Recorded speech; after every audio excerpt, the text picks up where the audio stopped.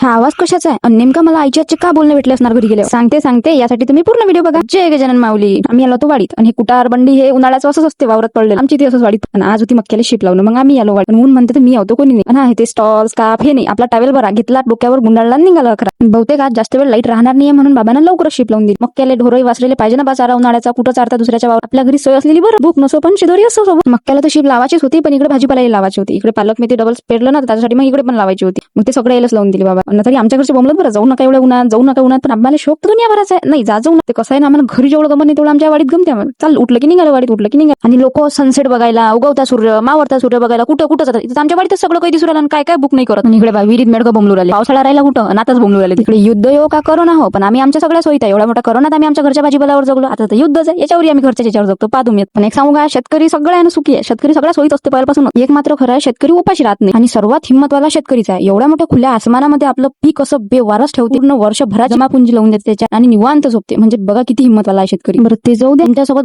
बोलता मी घराच्या रस्त्यात निघाली पण हराळ घेतली नाही. आज घरी जाऊन बोलण्याच भेटतात तेव्हा चांगल्या आईच्या हातचे. मी बोलण्यासाठी तयार होतो तेवढ्या वेळात तुम्ही मला इन्स्टाला फॉलो करून घ्या, युट्यूबला सबस्क्राईब करून घ्या. चला मग भेटू आपण उद्याच्या व्हिडिओ मध्ये.